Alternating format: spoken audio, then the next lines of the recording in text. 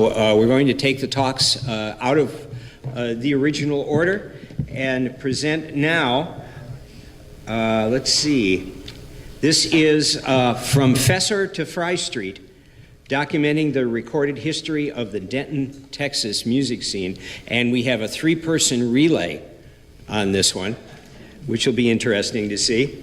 The presenters and authors are Maristella Feustle, and she is the Music Special Collections Librarian at the University of North Texas.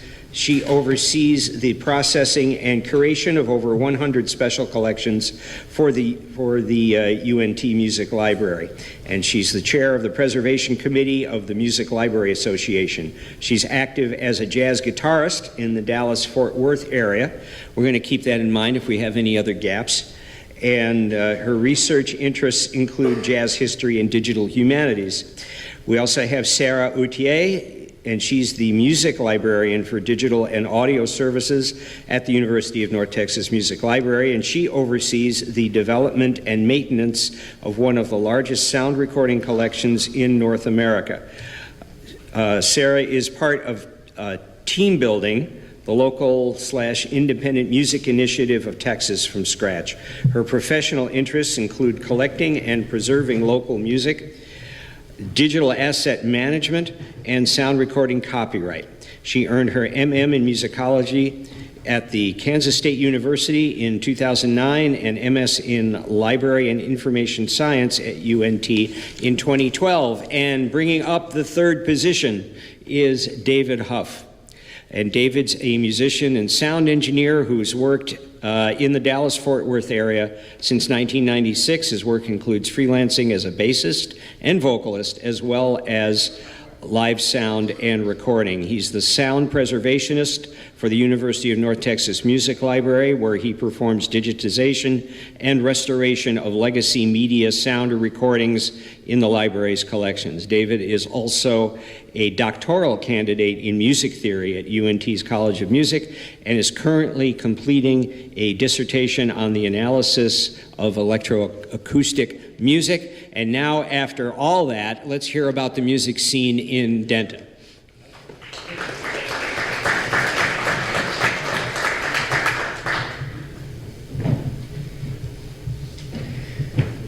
Thanks, everybody.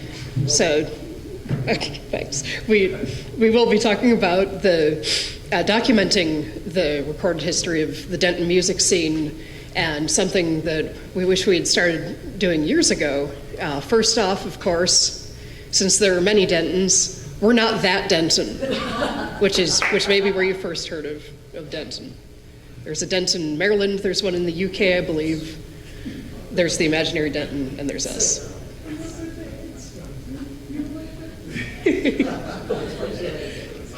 So, a few factors have made Denton a unique incubator of local talent. One is the proximity to Dallas-Fort Worth, while at the same time a distance that allows Denton to retain a distinct identity away from being overshadowed by the very big cities. In addition, Denton has the distinction of being a two-college town. We have the University of North Texas and also Texas Women's University. So there's that much more of a pool of local talent in the music schools and so forth. So for a little background, Denton County was formed in 1846. The city of Denton came along formally about 20 years later. And if not for the universities, it was an agricultural and railroad town. UNT started in 1890 and was one of three higher education institutions that got going around the turn of the 20th century, two of which survived, UNT and TWU.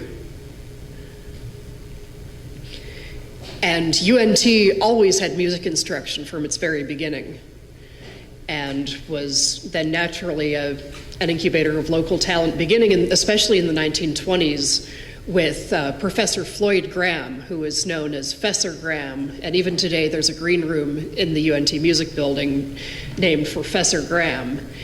And he organized the long-running Saturday night stage show beginning in the 1920s And that in particular became a springboard for numerous local acts to gain greater national prominence, including Pat Boone, the Moon Maids, who were with Vaughn Monroe's band, Louise Tobin, and the stage show band, importantly, was also one of the catalysts for the jazz studies program at UNT, the first of its kind in the country, which started in 1946, in that the stage show attracted arrangers and thereby generated a demand for more rigorous education in jazz writing and arranging. And later on through the years, Roy Orbison attended UNT for either one semester or 1 year. The Eagles, Meat Loaf, Brave Combo, the regional polka stars, and of course Norah Jones. And this is where, when there was a house, Roy Orbison lived here on the famous Fry Street, which has been one of the centers of the music scene in Denton. Rest in peace, Roy. Yeah. So one project, as part of our broader initiative to document the music history of Denton, is a GIS, Geographic Information Systems project, to map all of these former venues that have popped up over the years. And it's been very revealing in that you can see two distinct scenes, one surrounding the campus and one surrounding downtown Denton on your right. And this allows us to give a sense of context about which scene a group may have been a part of, the mingling of the student scene with the rest of the townspeople and music geared toward them. There was also the question of liquor laws in Denton, which have been very, very strict for a surprisingly long time. And up until very recently, in order to sell liquor in Denton, you had to have the status of a private club. So that also influenced which venues had which kind of activity.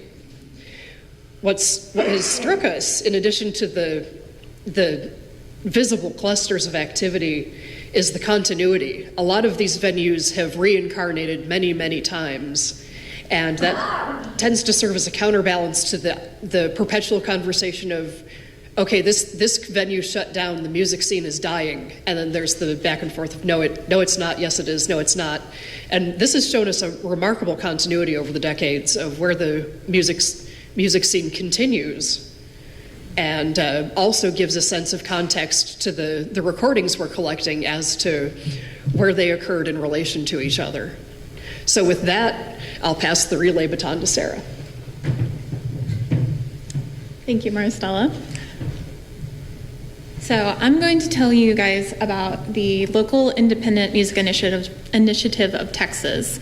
So this is a brand new initiative of the UNT Music Library, and it began shortly after I arrived at UNT in July 2016. So basically the goal is to collect, preserve, and provide access to music that is originating in Texas. We're focusing and starting with Dallas-Fort Worth, Denton, but anything that is has a Texas connection is fair game. So we aren't restricting it, we're only restricting it geographically to Texas, so all genres, all time periods.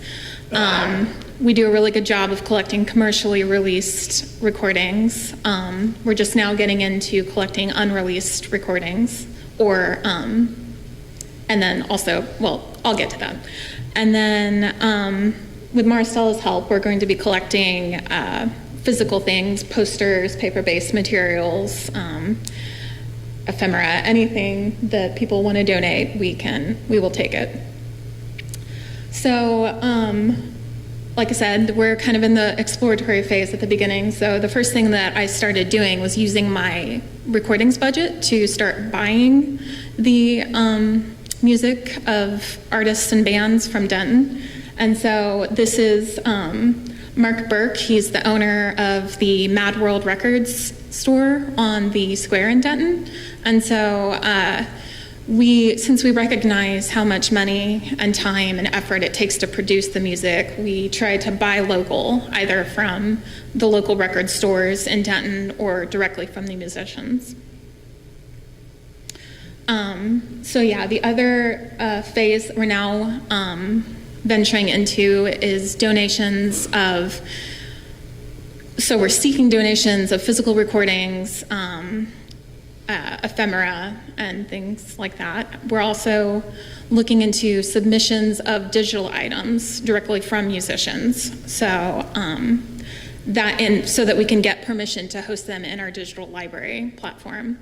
So far we have one artist who's been in like 4 bands, and so we are getting a lot of bang for our buck with him because he's going to let us put all of his band's recordings. Actually, that's not true. Also, Dave let us have his recording from his band in the 90s. So since you're collecting these things that have been stored God knows where for however long in Texas, with all of the heat and humidity issues, we're expecting, an array of preservation issues. But fortunately, we can, our sound preservation studio can address pretty much all of them in-house. So for the collection, we are working on making a MARC record in the catalog so that it's discoverable there. We've added a web page about the collection on the library website. And then Maristella is going to make us you knew this, right? An EAD finding aid about the collection to be added to the Texas Archival Resources online. For item level description, especially the commercially based or commercially released items, we're going to digitize them, we're going to catalog them at the item level. The digital items will go into our digital library where they can be streamed, and the ephemera will be described at the item level in the finding aid. So copyright and privacy. This has been, in the exploratory phase, one of the most interesting aspects, in my opinion, because we have existing policies, we have existing forms and documents, but none of them really quite fit with this collection because we assume that these artists and musicians want to keep the copyright to their music and benefit from all of those rights that they have. But our donation agreement makes the transfer of copyright mandatory. But then we also have a form called a digital rights agreement that just says you have permission to stream and make available our content in your digital library, but that makes it optional to transfer the copyright. So the point is that our forms are conflicting, so we're having to work with university legal to make a new form for this project. And then just some really good best practices that our digital library already embraces is providing mechanisms for the content creators to contact us if they think that we are inappropriately using their intellectual property. So, outreach and publicity. So we're getting ready to go into the next phase, which is more actively seeking to collect these materials. So the first thing that we've been working on is leveraging the social network of our friends and friends of friends to meet people and to get them interested in the project. I'm working on an idea. We have many student assistants who are involved in the local scene, and they're also very enthusiastic about this project. So I have what I'm calling a street team. And the goal is to get them to go out and spread the good word and to get their friends to participate in the project. Starting this summer, I'm going to go and be part of the library's broader initiative to table the Denton community market. Denton's a very DIY scene. People will be out there screen printing t-shirts and selling homemade dog treats. So I think that would be a good place to make connections with potential donors or, again, friends of friends. I would like to collaborate with the Denton Public Library because, I mean, public libraries are important, but also it's a lot easier to get to the Denton Public Library and park, so that's a big driver. And then, you know, Denton and DFW have tons of music festivals where we could, you know, maybe be, you know, maybe at the Denton Jazz Festival we could be a sponsor and have a table or make some connections that way. So then also there's local media, the library's pre-existing outreach opportunities, and then like this, scholarly publications and conference presentations to mingle with our peers and hopefully benefit from your great ideas and successes. So like I said, phase one is we're now moving out of it. So that was to purchase the music. And then Maristella's gotten started on the Denton music mapping, which is fabulous. And then examining our existing policies and infrastructures to see where this initiative kind of breaks our existing policies. Phase two is the active collecting phase. So now we're going out and finding the donors and collaborators. I'm also this summer going to work on web archiving. So I'm going to be targeting musician and artist and venue websites for archiving using the library's existing archiving tool.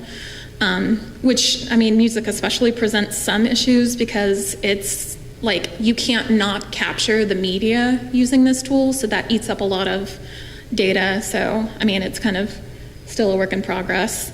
We'll continue our GIS mapping. I'd also like to work on social network mapping because, for instance, that artist I was telling you about earlier has been in like 4 other bands and with all these other people. So I'd like to start examining who played with whom and how did their style disseminate from there.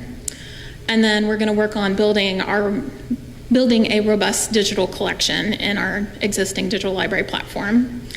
And then eventually, I hope to have some programming to celebrate the collection, maybe some concerts or things like that.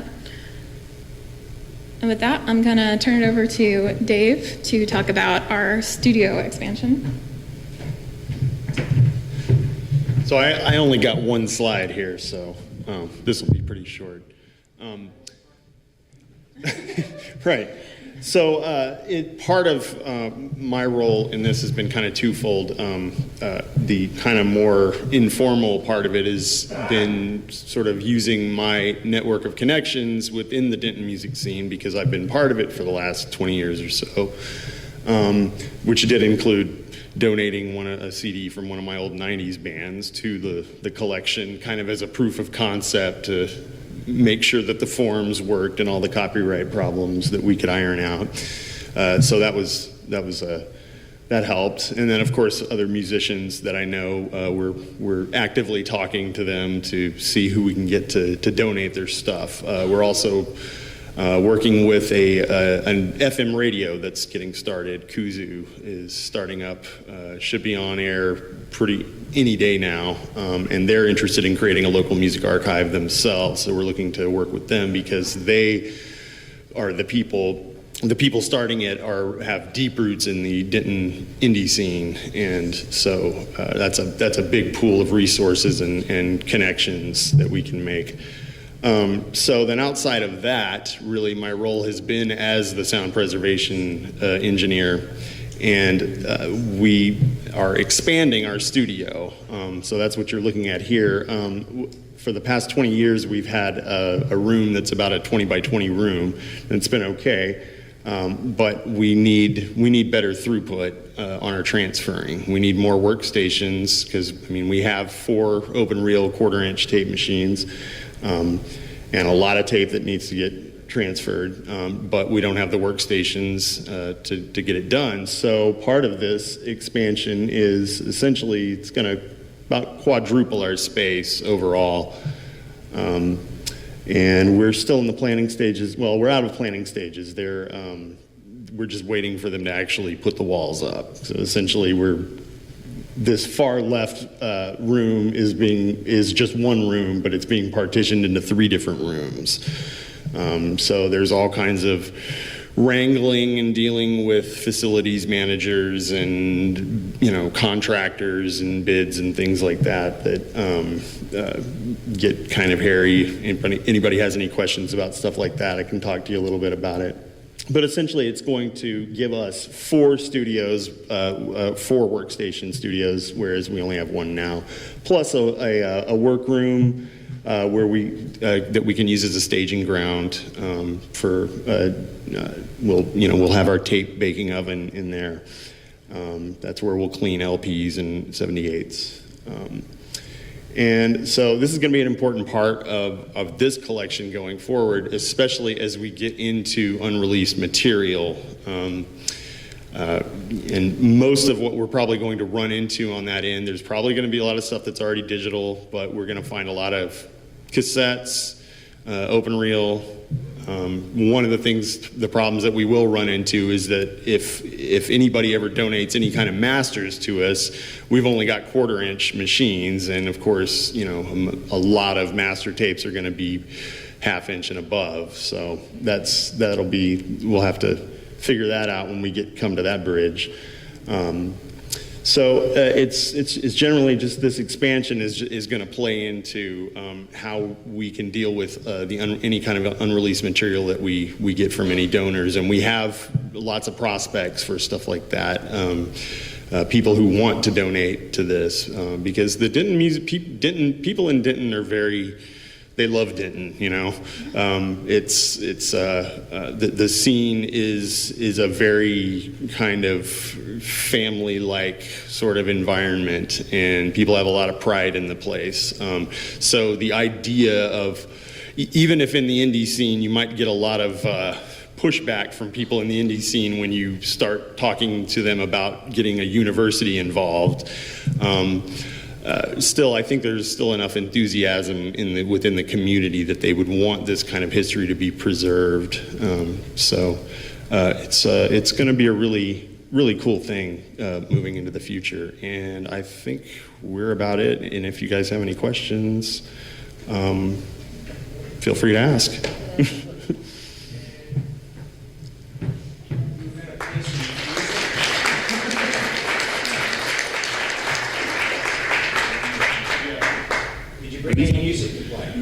No, but I'll be playing at on May 28th if you'd like to come see my soul band. We didn't actually have any recordings.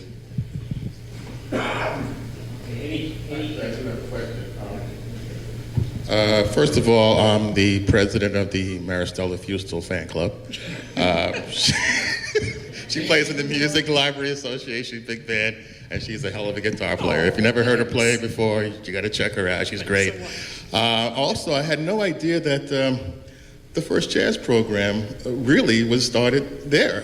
Because you know, Marshall Stearns started the Institute of Jazz Studies in 1952 because no university was presenting jazz in their curriculum. So it's good to know that. And I guess you know what my question is going to be. What's the jazz scene like in Denton? Is there a jazz scene at all? There is, and interestingly, when they started the Jazz Studies program, they had to call it dance band because jazz was indeed a 4-letter word on many levels. Of course. And yeah, so with some diplomacy, they managed to sell the concept with calling it dance band. The jazz scene in Denton is wonderful. There's a lot of it that's anchored by the strength of the school, but it's also remarkable that it's so eclectic. There are so few stylistic boundaries in Denton, so that the venue that Dave mentioned, Dan Silverleaf, you can go there one night and see Brave Combo, the heavy metal polka band, and then next night you might see someone like Bill Frisell coming through town. Wow. And then venues tend to have a variety of genres. I play in a Django Reinhardt tribute band that's followed later that evening by a DJ. So the fact that there are so few barriers to style and also to fusing styles is something that makes Denton's music scene unique. Right. And thank you for all of your kind words. No problem.